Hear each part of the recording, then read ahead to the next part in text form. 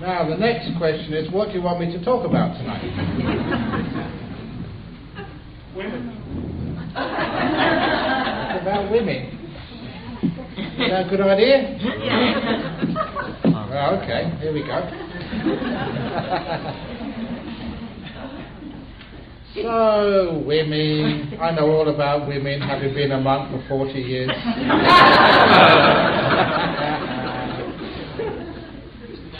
So, basically, one of the things I have noticed is when you see a child, we did a baby blessing this afternoon, and when you see a child, you have to ask these days, is it a boy or is it a girl? In the old days, boys would wear blue, girls would wear pink. It was really easy to find out, but these days you don't know. Even the way they dress, you don't know who's a boy and who's a girl. I have a lot of problem with that, who's men and who's women, because I go overseas a lot, and when you go into foreign countries at the airport, you have to find the toilet, and sometimes they put the toilet signs up in a language I can't understand, so I have to look at the figures. And I look at the figures and I look at myself and I go in the wrong cubicle. So that doesn't really help understand who a man or a woman is. But usually it's only at a certain age, when you get to puberty, then men and women, we divide. Men look like men, women look like women. And after we go through the procreation years and we get old, then men and women all come together again. It's true, you get your flat breasts, we get sort of grey hair, we all look the same again. I quite like that idea. We only separate from being male and female, basically the way we look, only at a certain time in our life. And once that's passed, we start together looking pretty much the same, and we end up together pretty much the same. And I think that's really quite nice. The difference is only there for procreation, getting some family. And apart from that, there's no real difference to males and women, men and women. So because of that, it makes life very easy, especially when you're a monk. Because when I was in Thailand, when I first became a monk, I was taught it's not just men and women, there are 3 genders. Men, women and monks. And monks mean monks and nuns. We're almost like a separate gender. And it's really wonderful being a monk and being outside of all the gender issues, in the sense that we're not out to get a girlfriend or boyfriend, we're outside of the gender issue, which means that we can get some really good understanding about relationships. Simply because we're not involved. We're standing back. If you want to know what I mean, in life, to get perspective on things, you've got to get detached a little bit from things. I did give you an indication of that in the method of meditation which I taught, where when you have your thinking, if you really get sucked into the thinking, you're lost, it's grabbed you. But if you can just detach yourself a little bit from the thinking, even just imagining you're sitting here and the thinking is out there, it's very easy to let it go. Now, the simile I usually give about this, about a little bit of detachment, is when people watch the TV or watch movies. When I used to watch movies, I would notice that whenever it was like a frightening movie, then somebody in the audience, in the old cinemas, somebody would shout out, "Hey, look, behind you!"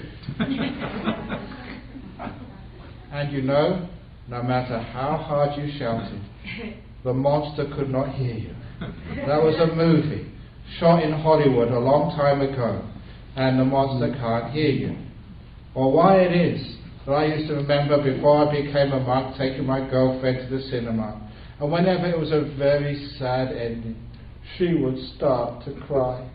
And I would start to laugh. I wasn't very sensitive when I was young. What are you crying for? It's only a movie, but he's dying, he's dead. I said, look, don't worry about him being dead. He'll get reincarnated in the next showing of the movie. It's only a movie. And then my girlfriend would say, well, look at you. When you watch the football on the TV, you say, come on, pass the ball, pass the ball. They can't hear you. The game is on the other side of the US, and you're shouting at the TV screen here in Sacramento.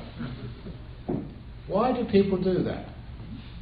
Why do they get emotionally entangled in the movie or in the ball game? Literally, you find you're getting sucked into the screen. It's like you're in there, in the movie set when someone is being shot. It's like you're in there in the stands, in the bleachers of the football game, so people can actually hear you. That is the delusion when you get sucked into a movie or something on the TV. And that's exactly what happens when you get lost in the thought. You get sucked in to the thinking, into the future, into the past, into the fantasy, and it's no different than the things which you see on the TV or on the movies. Sometimes people wonder, and are a bit scared about monks and nuns who are great meditators, because sometimes people are afraid that we can read your mind. Don't worry about that, because anyone who can read the mind, we only read about 1 or 2 minds, and that's it. We don't want to read that rubbish anymore. Honestly, who would want to read your mind? So you're perfectly safe, you don't do that.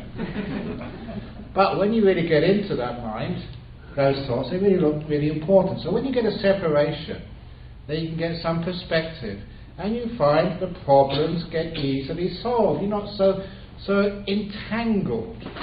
The same with the male-female business. When you can separate yourself, you're not so entangled with things. And you get perspective, and it's easy to understand what is going on. And it's the same that, the last time I came through Sacramento was in 1969.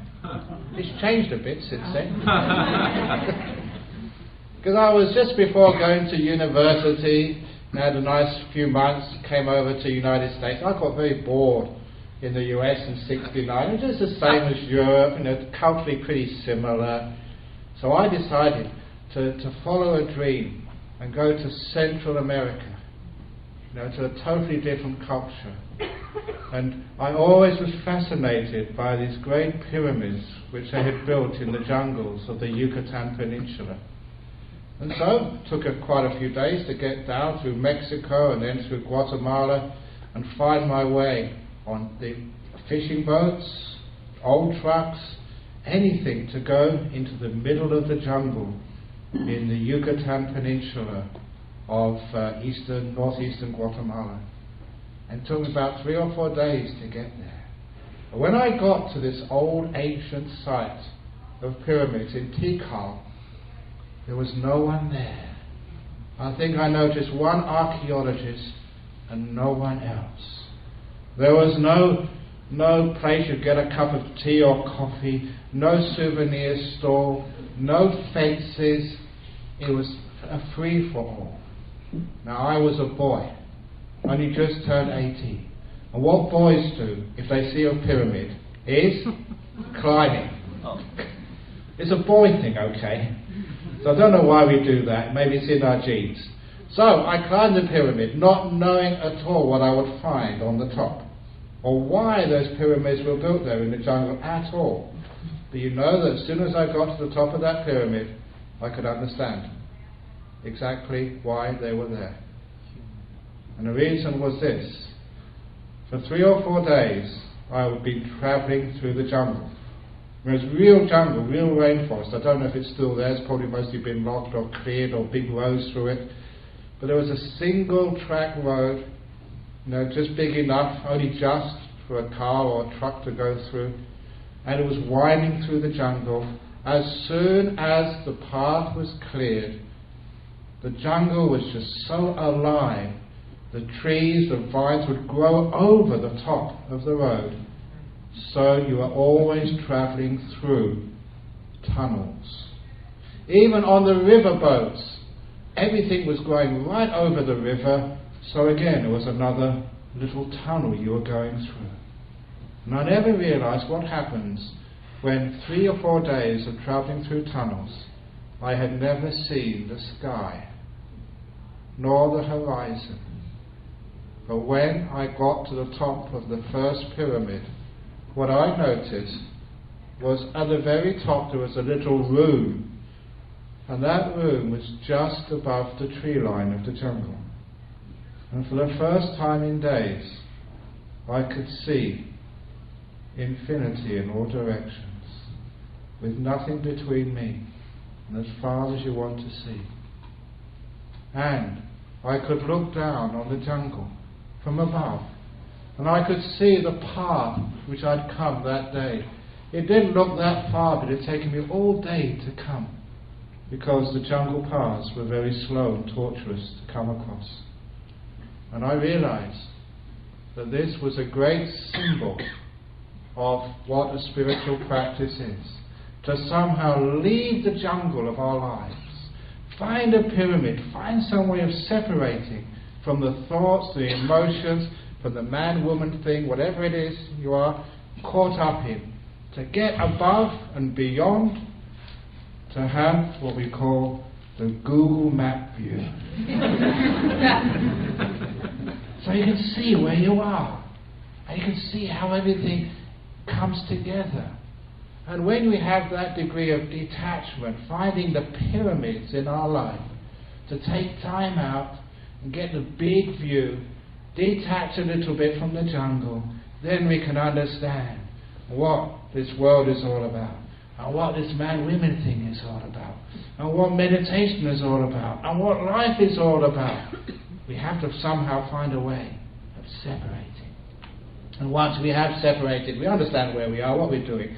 And I really started to imagine what it would have been like for someone who'd been born in that jungle, lived all their life in that jungle, some young Indian boy or girl who through some act of initiation was taken by a priest up that pyramid, and for the first time in their life seeing where they lived. They would literally have blown their minds. They'd have understood where all the villages and all the roads and the rivers, lay, and how they all connected together. But more importantly, just to see this great emptiness which surrounded everything in all directions, and which embraced everything and connected it all together, with nothing between that young Indian boy or girl and infinity. The metaphor was so strong, you can understand how that would, nearly in all occasions, give a spiritual awakening, an understanding of what we're doing here, because this is what life is like sometimes. It's just this really, really, really big, confusing jungle of thoughts and emotions and activities and events, and trying to make some sense out of it when you're right in the middle of the jungle is really, really difficult. Just like the women and the men thing. So please, don't get too hard on the men. Please, don't get too hard on the women. It's just because we've been stuck in this jungle. We've been taught what a man is supposed to do and what a woman is supposed to do. And sometimes we need to take a bit of time out, emotional time out, to leave this jungle, to see what it really is all about. There's no difference, basically. Now, for those of you who do want good relationships, because these days in the United States, like anywhere else in the world, it's so hard for men and women to get along.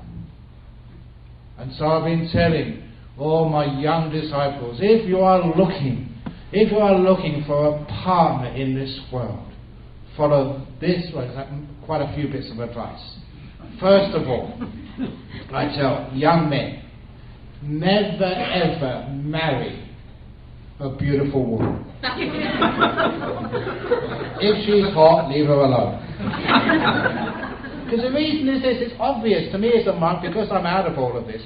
If you marry a beautiful girl, then when you go off on business somewhere or you go on some retreat, you don't know what she's up to. Because she's attractive, other guys will want her. So you'll be jealous, you'll be worried all your married life. But look, if you marry an ugly girl, you've got nothing to worry about. You go on a retreat for 9 or 10 days, no one wants her, so you're safe. No worries at all. Girls, never marry a rich guy. If you marry a wealthy guy, he can have mistress. But if he's poor, can't afford a mistress, no girl wants him. So girls marry poor boys, boys marry ugly girls. That's my recipe, my monk's wisdom for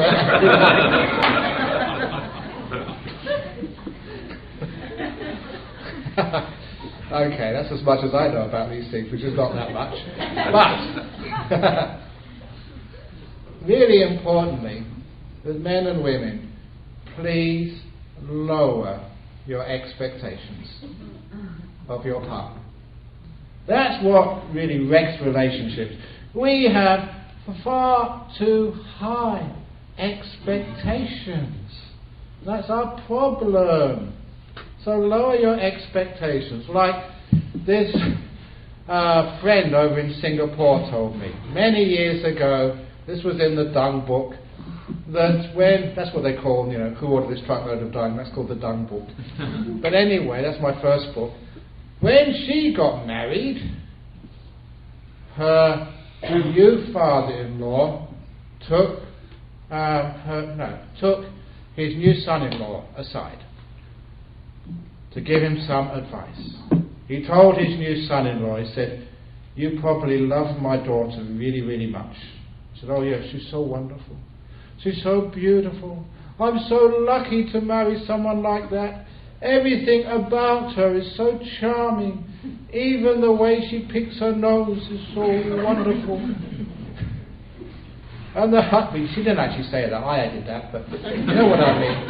That when you're in love, everything about her is just so wonderful and beautiful. That's what the father-in-law said to the son-in-law. Said, "Look, that's what it's like when you first fall in love. Everything about her is just wonderful. But please remember this, son-in-law. In about 1 or 2 years, maybe 3 years, you will start to see the faults and the defects in my daughter. But I want you to remember, when you start to see her faults, please remember, if she never had those defects to begin with, she would have married someone much better than you." And there's a lot of wisdom in that. So, no one is absolutely perfect, and that is one of the reasons why we have love. We can't love a perfect person. What's the point? And that's too easy. When we lower our expectations, we have a different understanding of women and men as human beings with defects who are growing, who are learning. I told this little story, the first talk I gave, but that was over in San Francisco, so I hope you weren't there. And that was a story of many people these days. They get lack of self-esteem, they feel they're really awful, and some people even come up to me and say they can't find a partner because they are damaged goods. Something has happened to them early in their life, and that's how they look at themselves. And I tell them this story, because where I live and where these nuns live, or some of the nuns live, is over in forests, with forest monks, forest nuns. So when people come and tell me that they can't find a partner in life, I tell them, look, go into the forest and please find me a perfect tree. A tree which is dead straight, which is not leaning to the left or the right, which is not crooked. A tree with all the branches equally spaced. And leaves which aren't brown or yellow, and the green leaves not being eaten by insects, but perfect green leaves. And bark which is perfectly smooth, with no cankers, with no damage on the bark. If you can find a tree like that, it must be some government plantation, botanical garden, someplace which ain't natural.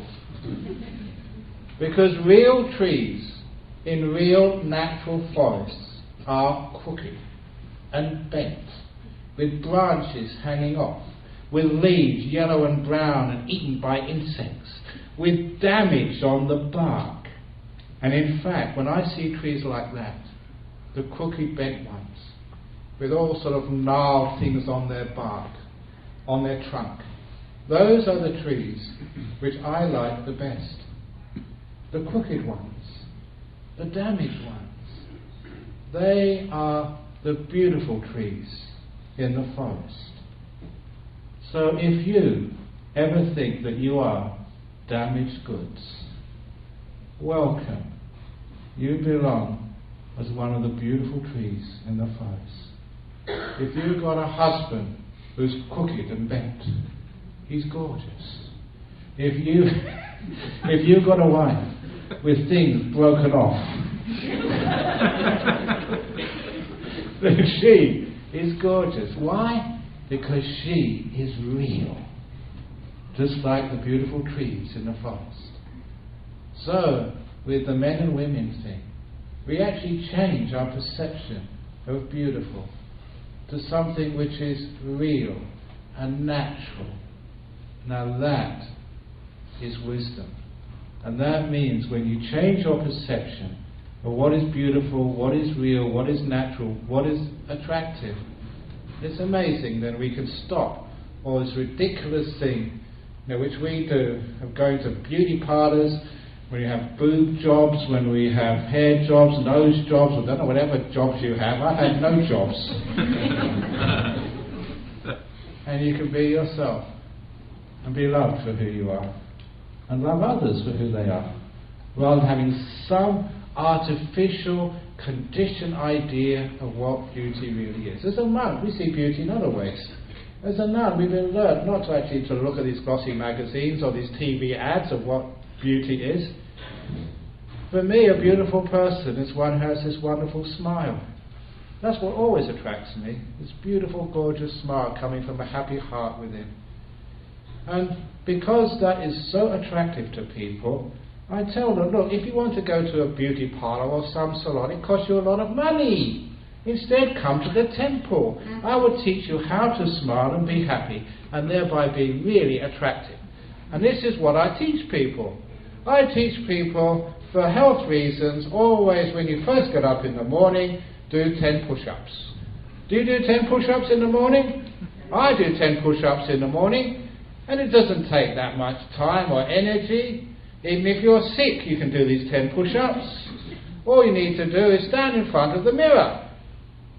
Your feet about 2 or 3 feet apart. Look in the mirror and get your 2 fingers, side of the mouth, 1, 2, 3, 4, 5, 6, 7, 8. Do some smiling exercises.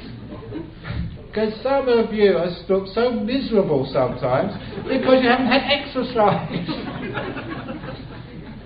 Now you may think that's a bit silly or a joke, but I teach that to so many people and it really helps. Number one, they start the day laughing at themselves. And they exercise these muscles, which means it's much easier for them to smile, which means they do become more attractive, which means they have a much better social life. People like them at work because you smile at people. That smile is really, really important. And don't think it comes naturally. Like anything else in life, you train. So you can try things like that. And of course, as soon as you smile and get happy, it increases your health, increases the secretion of endomorphines into the bloodstream. Nature's immune system encourager or enforcer, whatever it's called, enhances was the word I was looking for, enhances your immune system, it makes you more attractive, and that's where I get all my donations from, by smiling a lot. Yeah. I was hoping you might talk about the category of monastic women. Monastics, okay.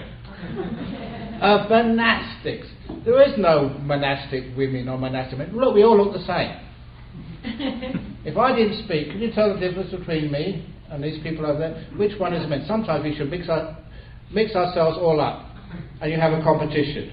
Who's a male, who's a female? Because these robes make us all look androgynous. But I think what you really want to say is all this legal system, political system about women monks and male monks or nuns or whatever they're called. Now, all of that sort of stuff is, okay, let's say it's a lot of bullshit. Basically, male, female. The Buddha allowed both genders to become monks, to become monastics. And it was right there, right from the very beginning. For those of you who don't know the story, this is Buddhist story from the sutras.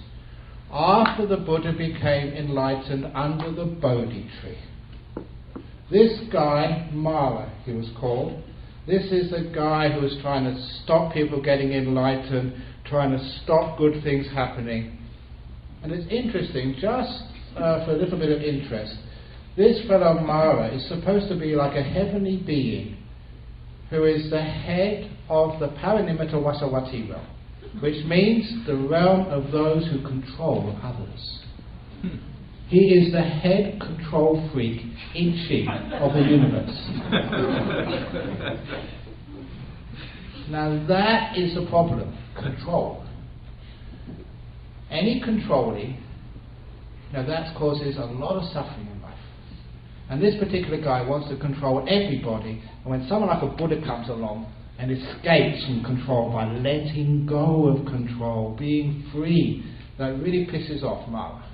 He really gets upset. Please excuse me for using American language. I always have to say the Buddha said, Aranavibhanga Sutra and also in the Vinaya, monks and nuns, you should always teach in the local language. This is the US. You use the word piss off, I use the word piss off. Really pissed off Mara, and what Mara did, he really tried everything to stop the Buddha becoming enlightened. Failed miserably. So then went to plan B. He went up to the newly enlightened Buddha and said, well done, you're enlightened, congratulations. Now, don't teach anybody. Go around teaching people is a really pain in the butt. They won't listen to you, they'll ask silly questions, and it can cause you all sorts of problems. Just, well done, you're enlightened, now just go and disappear from the universe. And the Buddha said, no, I will not disappear from the universe until I have established the monastic sangha of monks, the monastic sangha of women, the lay men, the lay women, those 4 parisas, the 4 groups. Once they are well established, strong, and lots of enlightened beings in all of those 4 groups, then I will leave. Now that's such an important thing to quote. This was the Buddha's intention from the very beginning. After becoming enlightened, nothing else to do except to teach and to establish these 4 groups so the Dharma could continue with these 4 groups forever, or at least for a really, really long time. Well then, 45 years later at the Chapala shrine, the Mara came again and said, look, you're finished, you've done it. Lots of enlightened monks, lots of enlightened nuns, lots of great laymen, lay women, meditators. You're done. And we said, yeah, fair enough. And so 3 months later he passed away. Now this was the goal from the very beginning. And so, when sort of the Bhikkhuni Sangha disappeared in some traditions, not all traditions, it was just fulfilling the Buddha's original intentions. Actually to get them going again, to re-establish them. So we've done that. Woohoo! So what's the problem? I don't know what the problem is. Except one thing which I have been doing. Now many of you know that I was instrumental in just starting off the Bhikkhuni Sangha in the West, the first Western ordination done in the West over in Australia. But that's not enough. Because as soon as you ordain somebody, it's like giving birth to somebody. You don't just give birth and leave the baby in hospital. You've got to nurture them and teach them and make sure they're well supported. So I realise that's part of my job, to make sure that the new bhikkhunis are well trained and well taught. They have plenty of opportunity, to have teachings in meditation and also the rules. And number 2, to make sure they're well supported, got decent places to stay. So that's actually what I'm here for. To actually not just to give a little bit of teaching, because those teachings you can do from a distance on YouTube and stuff. But what is morally important is they've got a decent place to stay. And quite frankly, I'm a monk. Especially Asian people, you give too much money to fat monks like me. And these poor nuns, look at them. Thin and scrawny. They make me feel embarrassed. But actually, I've got to explain things to you. This is not fact. I have now completed my 40th year as a bhikkhu, and it's something to know every year that you are fully ordained monastic, you're increasing compassion every year. Your heart gets bigger every year. Now, after 40 years of compassionate practice, my heart is so big, it's pushing out my tummy. It's got to go somewhere. It can't push out the ribs. They're already too tight. So it pushes out my tummy. This is not fat. This is a sign of a very, very big heart. That's my excuse, and I'm sticking to it. But anyway, that's actually what is happening. So once you have enough, you've got women in Buddhism. And the other thing which I like to say is that for many men who are Buddhists, you feel embarrassed sometimes. So much about Buddhism is so beautiful. We're supposed to be talking about gender equality. Gays, lesbians, transgenders are welcomed. There's nothing in Buddhism which discriminates against anybody. Any race, any age is welcome. And no one is demeaned. And there's such beautiful teachings, wise teachings, psychology teachings. But the one thing which people for years, when I was young, felt uncomfortable with, where are the nuns? You go to Thailand, you go to Burma, great teachings, inspiring teachers, great meditation, but where are the nuns? So something is wrong and missing there. And it's one of my favourite sayings, which I share with you. It's an old Chinese saying, rather light a candle than complain about darkness. Too many people complain, yeah, we should have this, we should have that. Do something about it.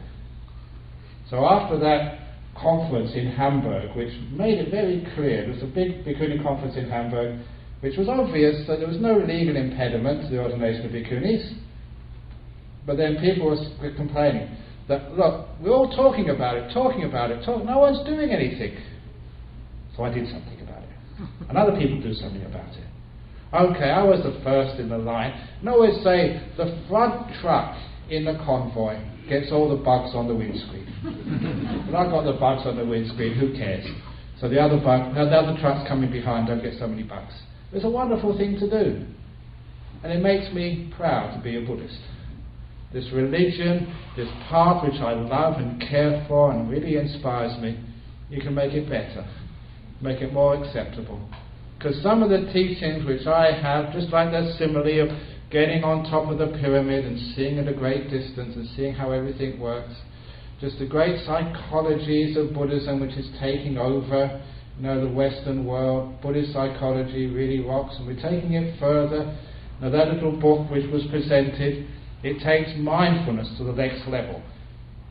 Mindfulness is not enough. Add kindness. When mindfulness and kindness come together, they become kindfulness, which is the title of that book. Kindfulness. You find out that really has power. If you want to know a nice funny story, why kindfulness rocks and mindfulness is not enough. Once there was a very wealthy lady came to the temple or to this place to do some meditation and for a talk. And when she came to the temple, because she was a very wealthy woman in a big mansion, she had a guard on the gate of her house. And she told the guard, "Guard, there are many burglars in Sacramento.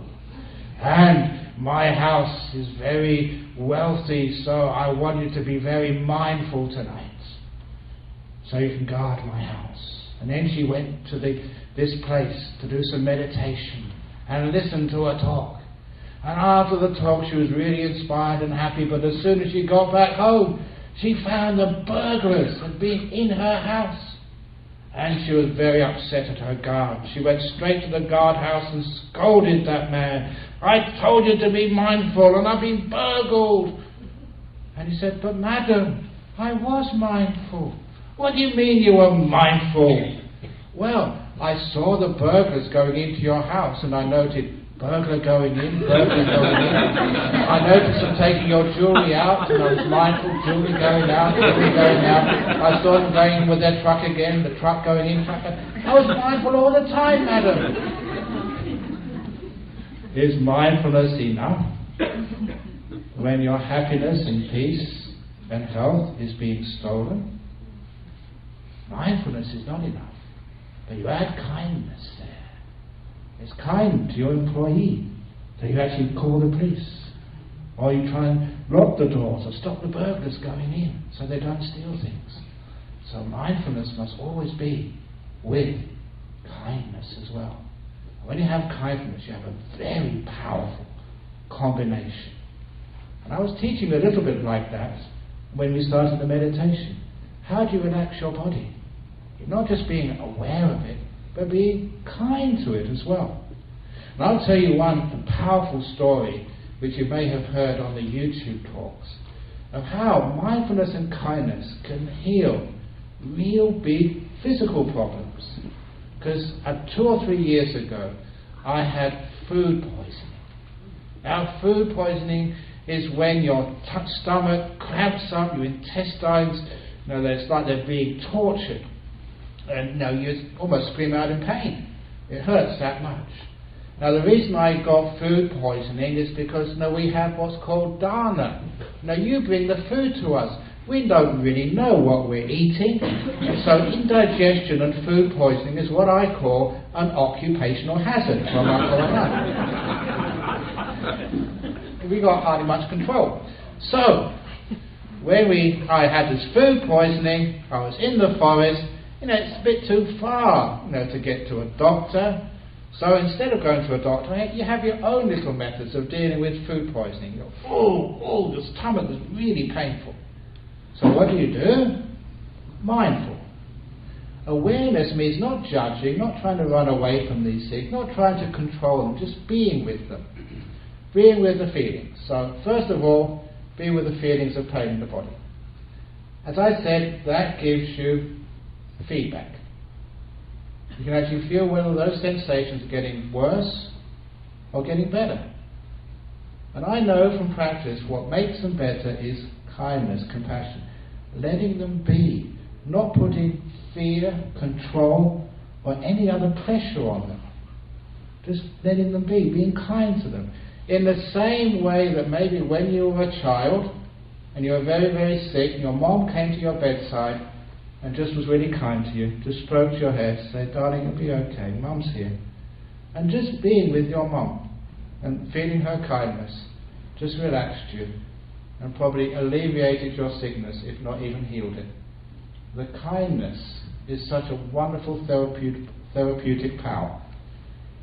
So I know that. I gave kindness to my food poisoning. And I noticed my awareness showed me that the pain was getting less. And less, and less, and less. All it took me, this is absolute truth, 20 minutes, and there was no pain left in my intestines. Food poisoning gone. How that can happen without any medication, to this day I don't really know, but I imagined what had happened. I imagined that because I don't know too much about biology, it's a long time since I was at school, but I do remember some of these bacteria, seeing pictures of them, little blobs with all these tentacles coming out.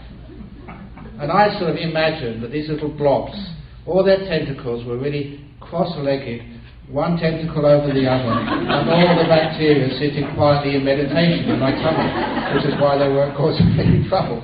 That's how I imagined it. It's probably totally wrong, but anyway, they didn't cause me any problem, and that was it, the end. It was just that mindfulness and kindness solved the problem.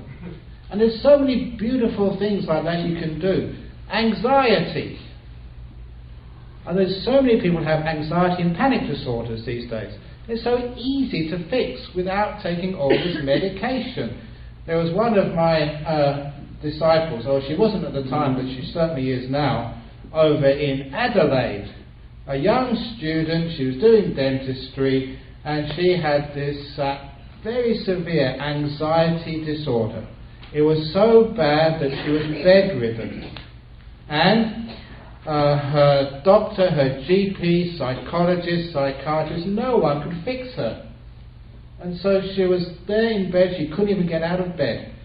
She was very fortunate to have a very special boyfriend who would cook and clean and look after her.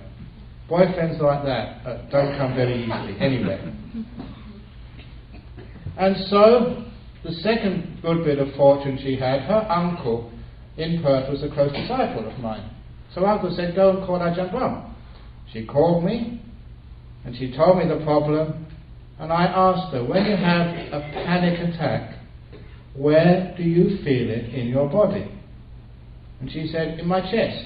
I said, where in your... Well, I don't know, somewhere in my chest, she said. But that's not good enough. I want coordinates, exact positions where your panic attacks appears in your body. Give me a call in 2 or 3 days when you can answer me. Now there was 2 things which I was making her do here. Number 1, for her to take some control over her therapy, which is really important, because when you trust your doctor, or you trust your therapist, or even your teacher too much, means you're not taking responsibility for your practice and for your health. And it's important that you take ownership of this.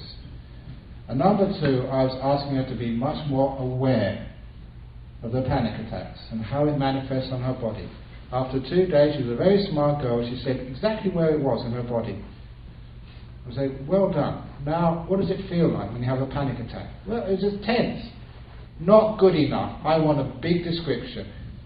Again, I was asking her to be, more aware of these feelings when she has a panic attack, so she could describe them in detail to a stranger. 2 or 3 days later, she gave us very long description of the feelings, the type of feelings, how they change, where they manifest. I thought, great, she's actually ticked the mindfulness box. She's been aware enough to actually do the next stage of the therapy. I said, now, you're aware of those feelings. Next time you have a panic attack, get your hand and massage that area with as much kindness as you possibly can. And if you can't do that, ask your boyfriend to do that. That's what boyfriends are there for. And she said, okay. And 2 days later, she called me back again, or 3 days later, and said, did you follow my instructions? I said, yes. When I had a panic attack, I massaged, or if I felt really too weak, I got my boyfriend to massage that area. I said, what happened to the feeling in your chest? She said, well, it went away. Then I said, what happened to the panic attack, the anxiety? And I will always remember the pause. And I asked that question. It's what we call the light bulb moment. After a second or two, she said, the anxiety went too. Exactly, I said. Every emotion has a corresponding physical feeling in your body. Sometimes we find it so difficult to control or work with our emotions. We're not skillful enough. But if we can find out where in the body they are located, and work with the physical feelings, and give it awareness first of all, and then kindness, you will find the physical feeling will relax and disappear, and with it, the emotion which caused that physical feeling. In this case, the anxiety. It worked. Within a week, she was out of bed, went back to university. She got first-class honours in dentistry, and about 6 months after finishing her university, she married her boyfriend, and I did the ceremony for her. And I was so sweet, Lloyd and Chippy. And they're still together. They always come and see me because I saved her life. Now, I've been teaching that for a long time. One other disciple recently, she's a doctor. Actually, her relations, her Bangladeshi relations, they came to the talk which I gave in San Fran. And she was a doctor. She was treating a patient with anxiety, panic disorder. She was so bad, she was hospitalized for weeks, with an oxygen mask on because she couldn't breathe. Her anxiety was so severe. And so what the doctors do in Australia, US is the same. They go through all the medications. The first one, the second one, the third one, the fourth one. If this doesn't work, try this one. That's how doctors are trained. So she got to the last medication and nothing was working. So she told me Thursday afternoon, she's about to finish work, no medication was working, so she thought, no one around. Ajahn Brahm's method. Told her, be aware of the physical feeling whenever she has a panic attack. Take her hand, massage it, see what happens. And she told me with great glee on Friday evening that when she went to work the following morning, Friday morning, the oxygen mask was off the lady. The lady said, I did that, it worked, I feel great, I'm going home. Another success. Because this is something which, as a meditator, you understand. Every emotion, whether it's anger, especially fear, which sometimes can cripple people, all has a physical manifestation somewhere in your body. Be aware of that, be really mindful of it, fully mindful of it, and find some kindness, compassion to relax it. The physical feeling goes, and the emotional counterpart goes as well. Problem solved. Very easy, with kindfulness, mindfulness together with kindness. So I have all these incredibly powerful teachings, which we can help people enormously in this world. But sometimes people say, Buddhism, it's this sexist like everything else. And when I see any thought like that, I thought, okay, no, we can't allow that. We've got to do something about it. And all this other, all the different, not just men and women sects, all the other sects in Buddhism, Mahayana, Theravada, Vajrayana, Zen. Oh, come on. How many Buddhas were there? There's only one Buddha, there's only a Dhamma. And so why do we have all these different types of Buddhism competing with each other? I'm very proud here that apparently in this group over here you get people from any type of Buddhism and even people who aren't Buddhists to come and teach. Why not? So I was telling somebody earlier that I have tried really hard to try and combine the different types of Buddhism. So in order to do this, three main types of Buddhism. This is just historical: the Hinayana, Mahayana, and Vajrayana. And so to get it all together, I've taken the H in Hinayana and the Aha from Mahayana and the Yana from Vajrayana. And that becomes my tradition, it's my vehicle. And it is the Hahayana. I'm a follower of the Hahayana. Yes, you are as well, you're laughing.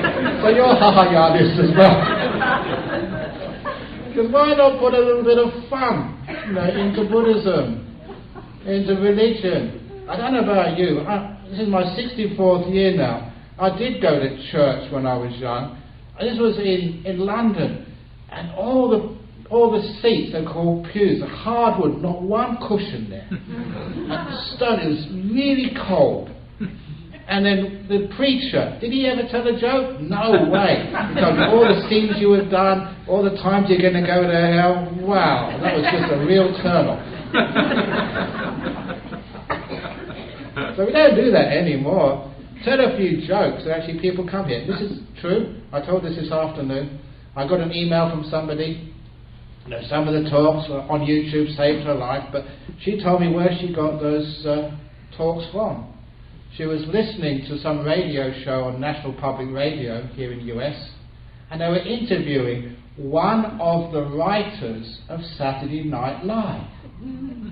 And this writer from Saturday Night Live, which is the comedy show in the US, the most famous comedy show, Saturday Night Live, one of the writers was feeling a bit depressed and was listening to one of Ajahn Brahm's talks on YouTube and solved his problem, and that's where she learnt it. So she looked at this stuff on YouTube from me and she solved her problem as well. And that's where I found out the writers of Saturday Night Live, they listen to my talks, that's where they get all of their jokes.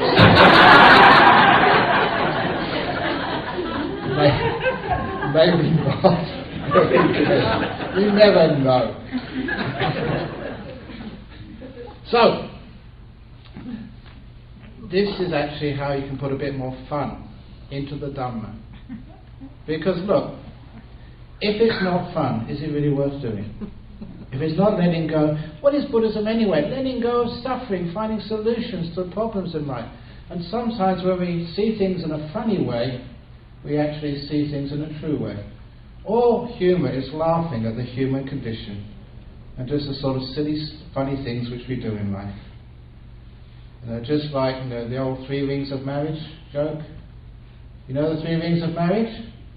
The first ring is the engagement ring, the second ring is the wedding ring, and the third ring is the suffer ring. Why are you laughing? Because it describes the truth. But there was this couple once came to see me. They happened to be Thai Buddhists. They were sisters. And they came for some free counselling. One of the reasons they come to monks and nuns for counselling is because we're cheap, we don't charge. We also give very good counselling too. So they came to the monk for free counselling. And the elder sister, her problem was her husband. Having a very difficult relationship, and she was at the point where she'd had enough. And she wanted some advice, what to do, whether she could keep the marriage together or just divorce, separate. So I gave her some advice, and then I asked her younger sister, what's your problem? And her problem was she could never get a stable relationship. She'd find a boy, go out with him for a month or 2 months, and then it'd all break up. She wanted a husband, but she couldn't find one. And hearing what she was saying, a solution came to my mind. So look, your elder sister, she's got a husband she doesn't want. You've got one. What's the problem? What's the mark? I didn't say any problem. Come on, share. Your sisters. But I wouldn't have any of that.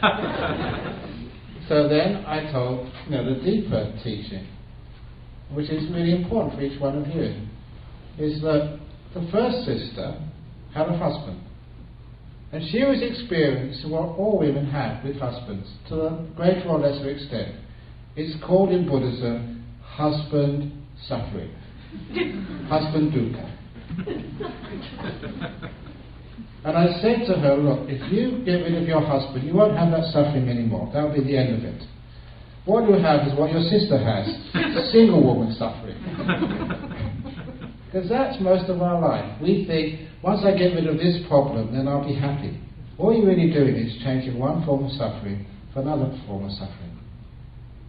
So sometimes you think, okay, forget about marriage, I'm going to ordain as a monk or as a nun. But I tell you, if you get ordained as a nun, you won't have husband suffering, you won't have single woman suffering. What will you have? Nun suffering. And ask them about it. So this change in situation doesn't change the fact that there's always some disappointment, there's some stress if we don't know how to be content with what we have. A very simple teaching. And to understand it, again I told this story a few days ago, but it's fresh in my mind. The last story, because it's getting a bit late and we can actually ask some questions and answers, is that one of our monks went to teach in prison. And while he was in prison teaching, they got to like this monk, and after a while, they invited him to stay behind a little bit longer for a cup of tea. He had a cup of tea and they asked him, what's it like being a monk in the West? And he said all the things which a monk does, getting up at 4 o'clock in the morning. And the prisoner said, even murderers don't have to get up that time.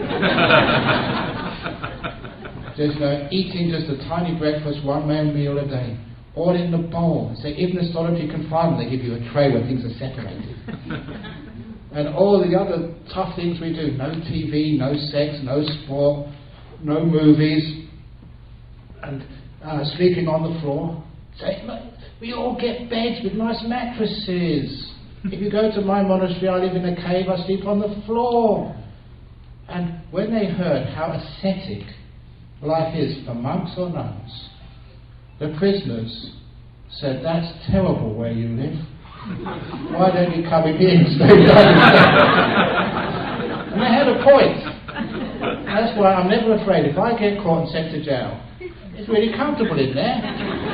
Don't have to go out giving any talks anywhere. You get 3 meals a day. You can watch the TV if you want to. If you want to go on retreat, just punch a prison officer. You get 3 months solitary.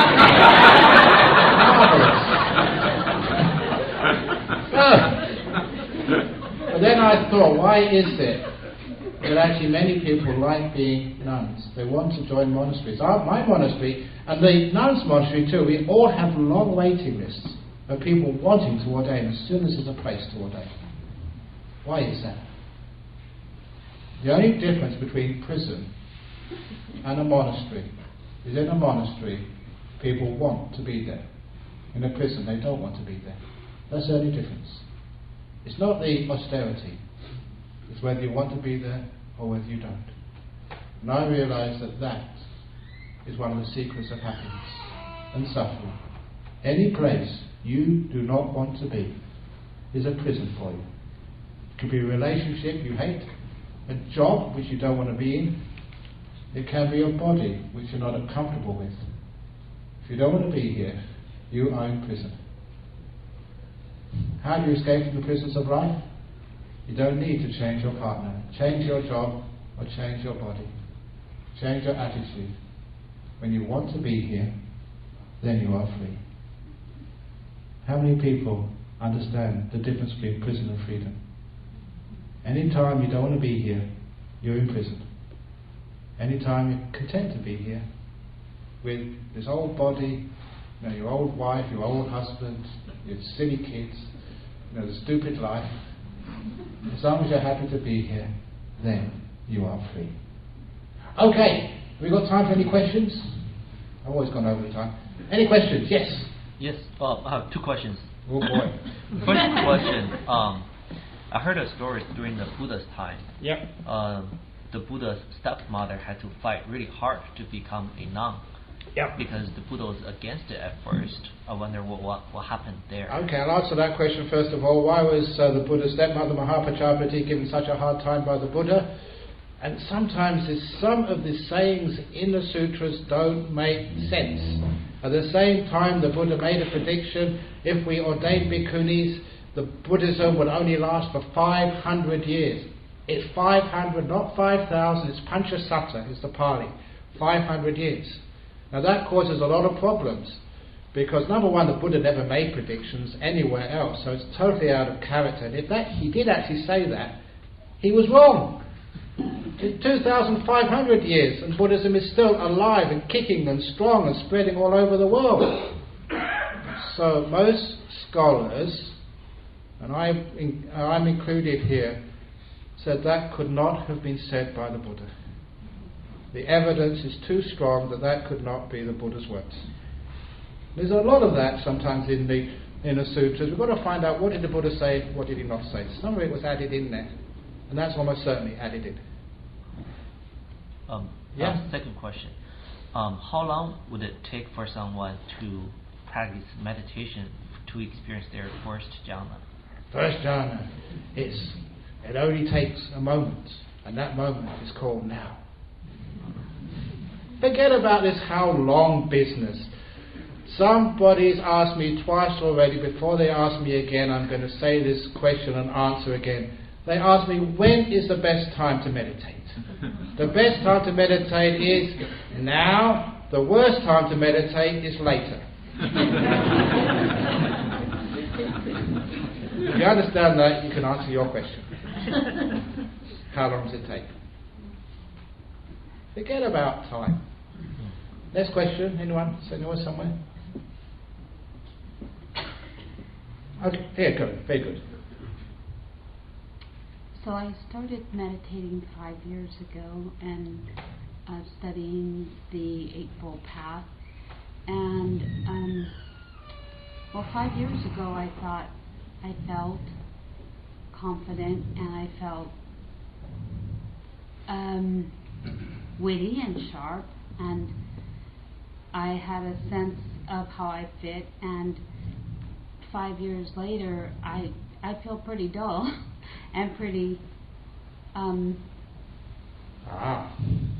So you're saying that you've been meditating for 5 years, first it worked, now it sucks. Oh no, No, not quite. Before I started meditating, I had a sense of, before I started meditating, before I started studying, I had a sense of where I fit in the scheme of life and. Yeah. So sometimes, depends what type of meditation you do, but going back to that simile I said earlier about the getting up the pyramid, up the mountain, getting away from the thoughts, away from the life, time out so you can actually see things from a distance instead of being so caught up in things. And that's what meditation does. Sometimes the thoughts stop and vanish, you're really, really peaceful, and that's where insights come from. The old simile of your mind is like a lake in the mountains. All the thoughts, they're like waves on the surface of that lake. And even if there's some small thoughts on the surface of the lake, you can't see a perfect reflection of the moon and the stars above. The image is distorted, you don't know how you fit in. But when the lake is perfectly still, then you have an accurate reflection of the moon and the stars. So the whole point of meditation, and this I'm just going to add this here, this is a big thing for me, is learning how to be still. Please, please, please never think meditation is about concentration. That is a bad word, a very bad translation. If you think it's about concentration, you go on a meditation retreat and it becomes a concentration camp. This is about stillness. And to understand how to become still, I've said this many times, but it's important I say this here. To get your mind to be still. Now this water stands for your mind. I'll ask Ayati to please help me here. She's a very honest nun. Are you very truthful? Very good. Yes, she is. I don't need to hold this water. I want you to tell me what's going on here, because I'm now going to hold this water perfectly still. I'm trying to get my mind to be still. Has it become still yet, Ayati? Or is it moving? It's moving. And the reason is because I'm not paying any attention, so I'm now going to concentrate. I'll put it down here, sir. Concentrate. Concentrate. I really am trying to concentrate. What's happening to the water, Ayati? Still moving? Still moving. This is how many people try to meditate, trying to hold their mind still. You can meditate for 5 years or 50 years and you'll never become still. So there's a very easy way to meditate, and it is to put the damn thing down. Let it go. Now when I let it go, put it down, so easy to do, no effort, just the effort to stop and not interfere with things. Now, Ayati, how's the water going? It's still moving. Very good. Now, keep looking, because it does take the time. How's that? What have glasses on? She's got very funny.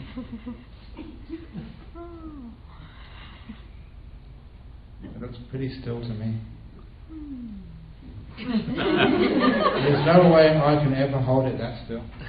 Do you agree? Come on, you're my friend. I'm not going to support you. That's it. I'm not going to. No, actually, honestly, that is almost perfectly still now. Not moving at all. Unless there's an earthquake in Sacramento, that is still.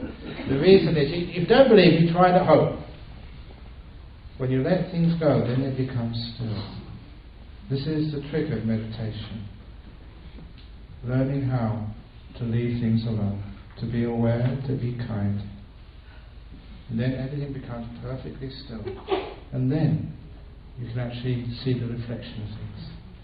And you realize you do belong. You may not be the straightest tree in the forest. You may be bent and crooked all over. And you realize, yes, I belong. Does that make any sense? Okay.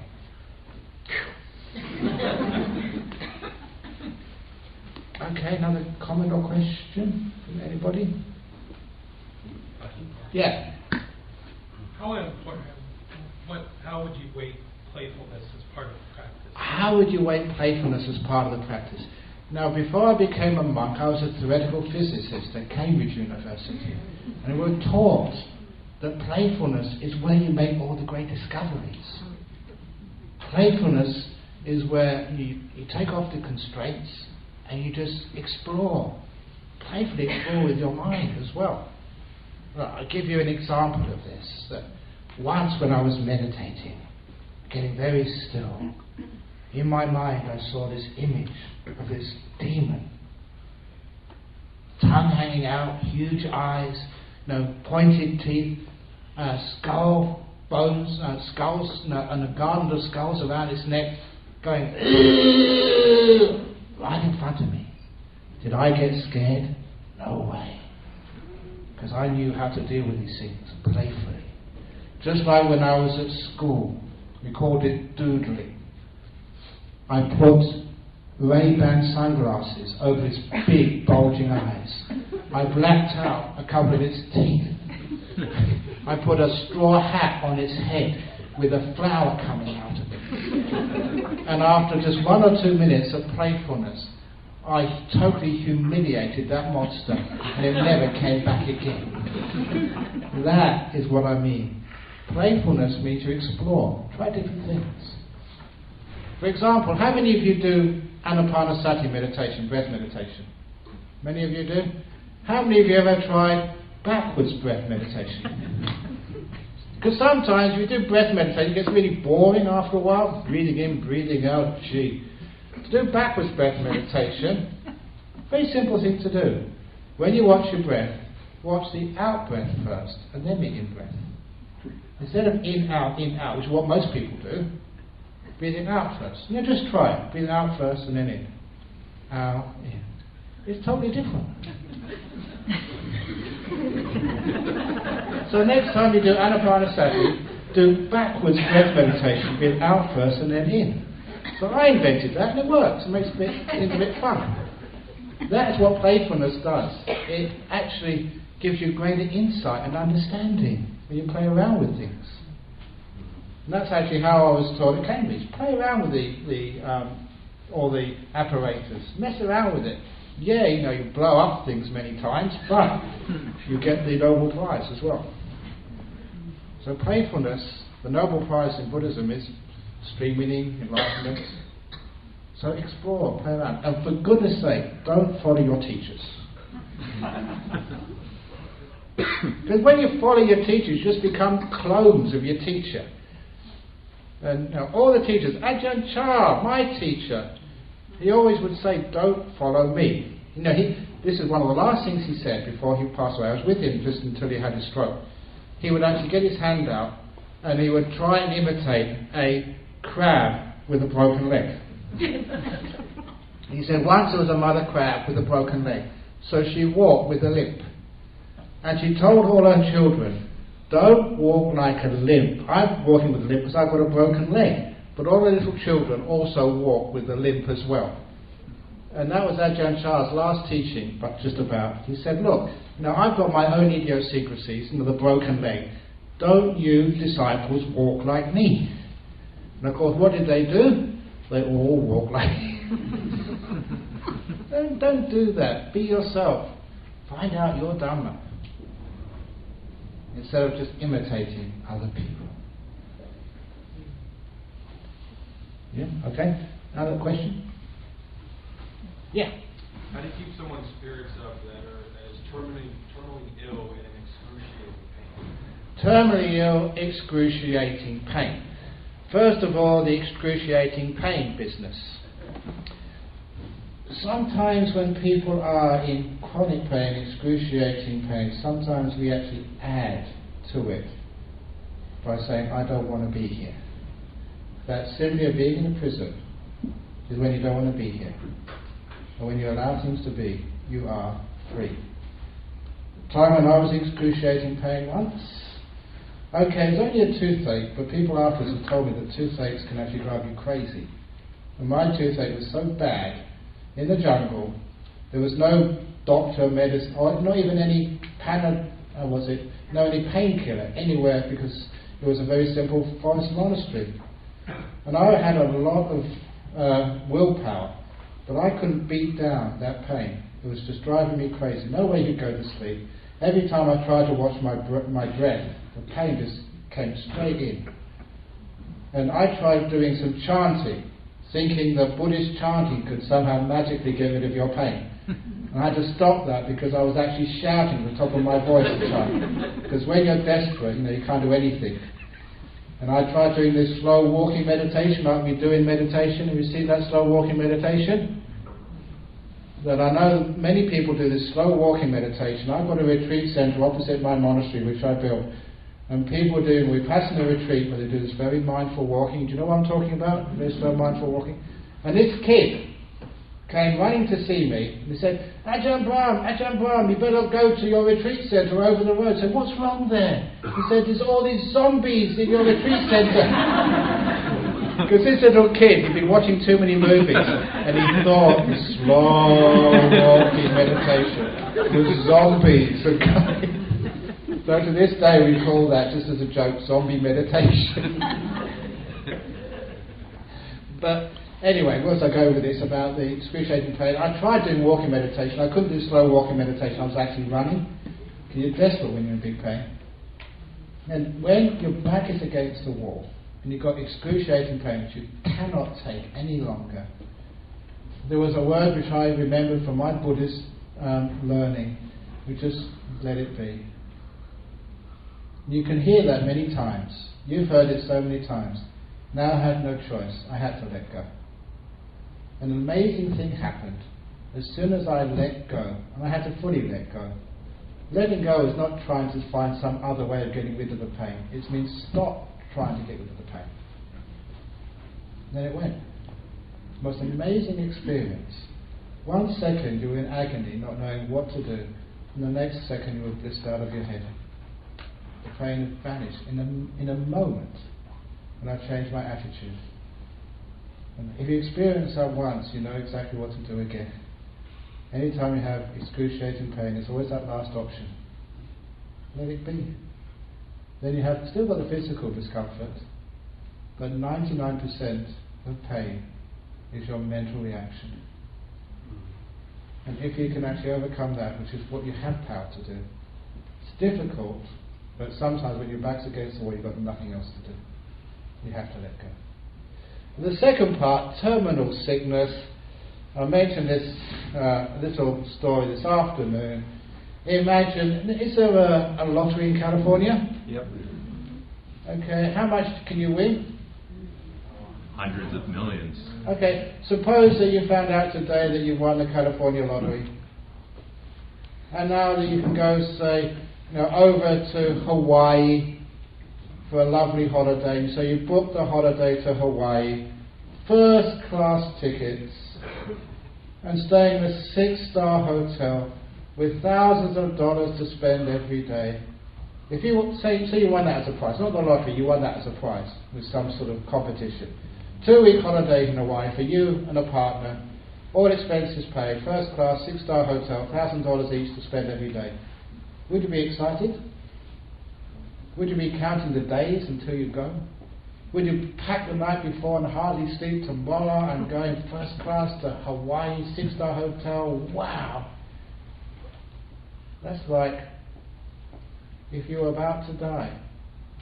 What is better, going to heaven or going to Hawaii? If a person really believes in heaven and they realise they're terminally sick and they think, wow, in 2 weeks I'm going to even better than the 6-star hotel in Hawaii. You'll be so excited. You'll ask your doctor, can you please make it 1 week? The night before you're ready to pack and go, come on, bring it on. Why are people afraid of terminal illness? Because they don't understand what death is. Once you understand what death is, we're all terminally ill. Somebody once defined life, the meaning of life. Life is a sexually transmitted terminal disease.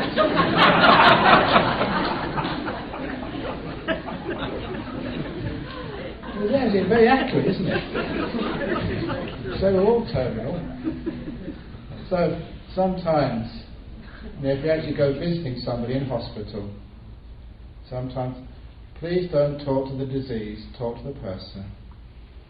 Don't go and say how you're feeling. That's the most stupid question anyone can ask when you go to hospital. Of course I'm feeling bad, otherwise I wouldn't be in here, would I, stupid? Talk to the person. So when I go to the hospital, I tell jokes. I would treat them just as I would treat them if I went to visit them in a coffee shop. Treat them as a person. Because the doctors and nurses, they have to ask how the symptoms are, not you. And that means that don't get so afraid. They have a wonderful time with you. So that's how I would treat someone with a terminal disease. You lucky thing, you'll go to heaven before me. Change the attitude. And then it's not so scary. That makes sense? Sort of? I know we're going over time. Is that okay, boss? She seems okay. I'm okay with it. Any other questions? Or yeah, at the back. I think that's a question about reincarnation. Reincarnation, yes. How many lives are we able to know? How many lives? You're certainly able to know this life. And for those, I always say there's many people in America don't believe in reincarnation, maybe some of your friends. But don't worry, if people don't believe in reincarnation in this life, they certainly will in the next.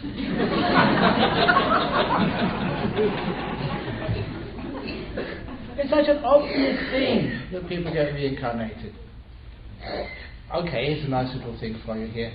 We always think just one life, which means a life has to have a boundary, a beginning and an end. So people ask, where did life come from? How does it end? And I take this back to the origin of the universe, because many of you are Buddhists, and sometimes your Christian friends will say, well, in Buddhism, how do you explain creation, they call it. And I say that you people who believe in creation are called flat timers. Just like many centuries ago, people believed in a flat earth. An earth which had boundaries, where you went far enough and you'd fall off. And of course, Galileo and the Chinese got there first. They understood that the earth was not flat, was round, was a globe. It has finite area, but no beginning and no end, edges. And even today, most people understand the earth is not flat, but still many people believe the universe is flat.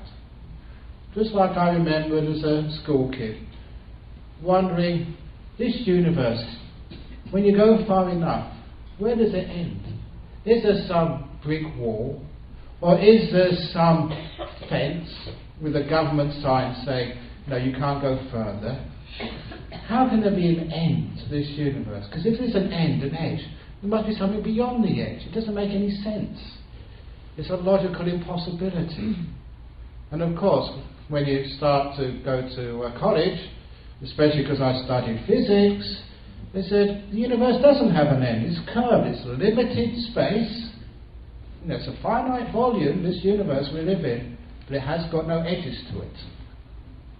And they gave the simile, just like an ant crawling over a basketball. Goes round and round and round, can never find a beginning or an end, but knows the basketball has got a limited area. Keeps going over the same area again and again. And that was a simile my professors used to describe this universe. It's limited volume, but it's got no edges to it. That is science, that is accepted truth. No beginning to the universe in space or time, no edges, no walls. Now we go to the next step. Time. Too many people are flat timers. They think time has a beginning and an end. It has edges to it. And when you think that time has to have an edge to it, a beginning and end, then you've got the God problem, the creation problem. How did life begin? How did things begin? And the truth is, time doesn't have a beginning or an end. Just like the universe, just like planet Earth, it's round, it's curved. Limited duration without any edges to time. Now, life. Why are you flat lifers? Always thinking life has to have a beginning and an end, has to have an edge to it. Now when you start to see the cycles of this universe, that things are always round, no beginning, no end, no edges, but finite, then many of the problems, of beginnings and ends of universes are all solved. Time with no beginning, no end, curved, just like the universe, just like the planet Earth. People always thought the Earth was flat. Still, many people think time is flat. Therefore, they have the problems of beginnings. And then, what was before the beginning? Of ends. What's after the ends? What's beyond the boundaries, the edges of life? There aren't things beyond, because life goes on. Reincarnation, the circles of life. That's right from the mouth of the Buddha. It's easy. So that solves the God problem. You heard it here. In a Jewish center. Oh my goodness.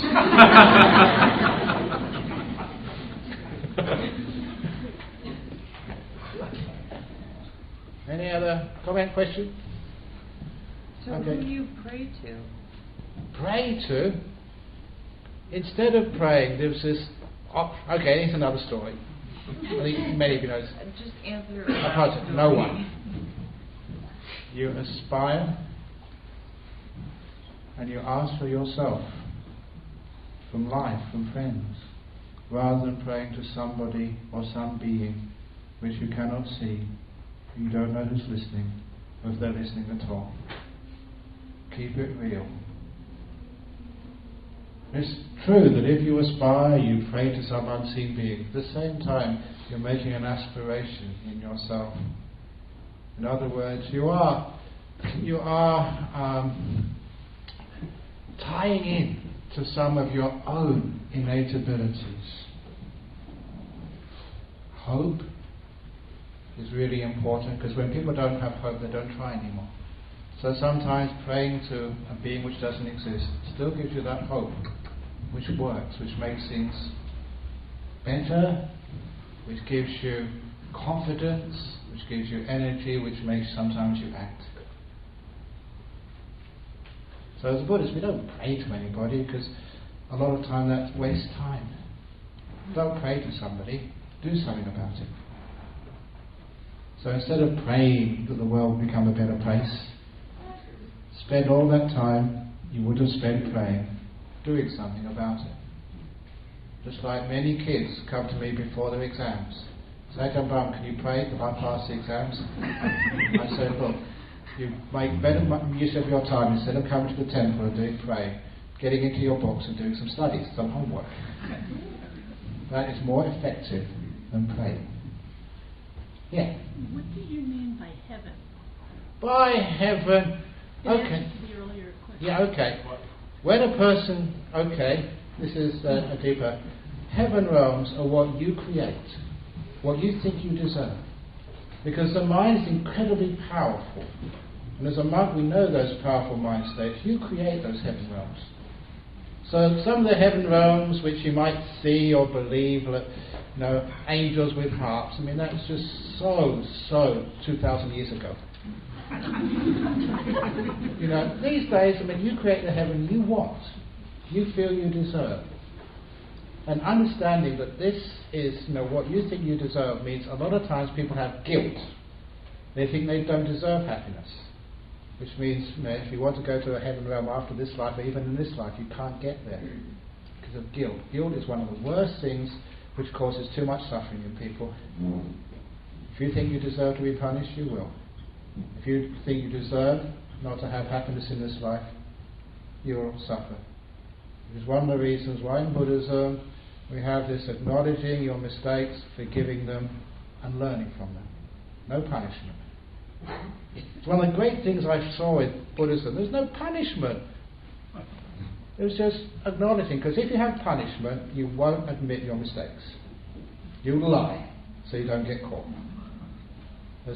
The old joke was, in one of the states, in the United States, which still had the death penalty, and they were actually enacting the death, they were executing people, there was this man, he was accused of a crime which carried a capital punishment, and he was obviously lying in court. And the judge told him, "Sir, do you realise the penalties for lying in court for perjury are very severe in this state?" And the man said, "Yes, I know how severe the penalties for lying in court are, but they're far less than the penalty for murder." Which is why he lied.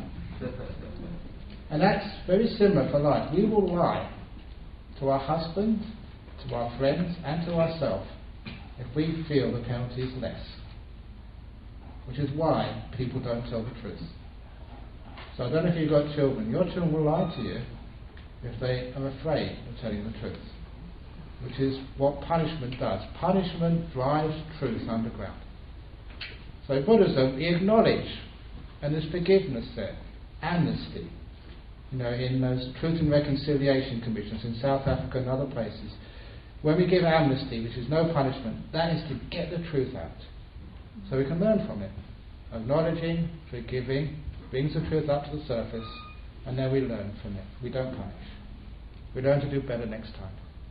When we punish, drives the truth underground, we feel guilty, and a lot of times we punish ourselves. It's a terrible thing, punishing yourself. You make mistakes, I make mistakes. I told people earlier that one of the biggest mistakes I made recently, I was doing a marriage blessing for a couple, and I was really tired, and instead of doing the chanting for marriage, I did the chanting for the funeral. My marriage. Because it was in Pali, they didn't understand what I was saying. And they're still happily married to this day. When you said hope, Yeah. what do you hope for? Okay. Why do you use hope? You use hope to give a positive attitude. Because when we get depressed, we can't see any light at the end of the tunnel, as they say. We can't see any way forward. Life, we get totally enmeshed in the jungle. We can't see any way out. So what hope does, it convinces us there is a way out, and then we start seeking for the way out. So hope is another word for a positive attitude towards the future. And it's, again, one of my other sayings is sometimes people said, why do people worry so much? And it's because we worry, because we think of the future in a negative attitude. We think of all the things which can go wrong in the future. We get diagnosed with terminal cancer, and we believe what the doctor said. I've known many people with terminal cancer still alive 10, 20, 30 years afterwards. But if you give up hope, you get so depressed, that diagnosis kills you. So I say, don't worry. You know that you used to have this sign up in the United States, don't worry, be happy. I changed that to don't worry, be hopey. H-O-P-E-Y. Because when you worry, you look at the future with negative mind. When you're hoping, you're looking at the future with a positive mind. That's the difference. So hope is looking at the future, looking at not the things which will go wrong, but the things which may go right. Changing that attitude usually makes things go right. I think we'll need to add. Okay, thank you very much for coming. The night is still young, but nevertheless, time to go. Thank you so much. Thank you. Thank you. Thank you. Sadhu.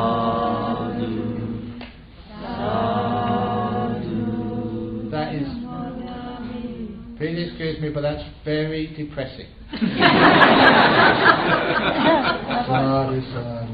Now, in Australia, some of you have come to my retreats, come to my talks, you've seen them on YouTube. After the talk is finished, we do sadhus with some oomph, with some energy. So please follow me. Here we go. Sadhu! Sadhu!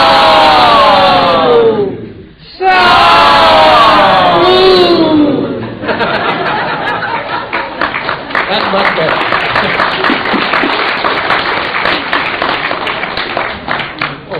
Very good. All the best. Thank See you next time, next place. Have a good night.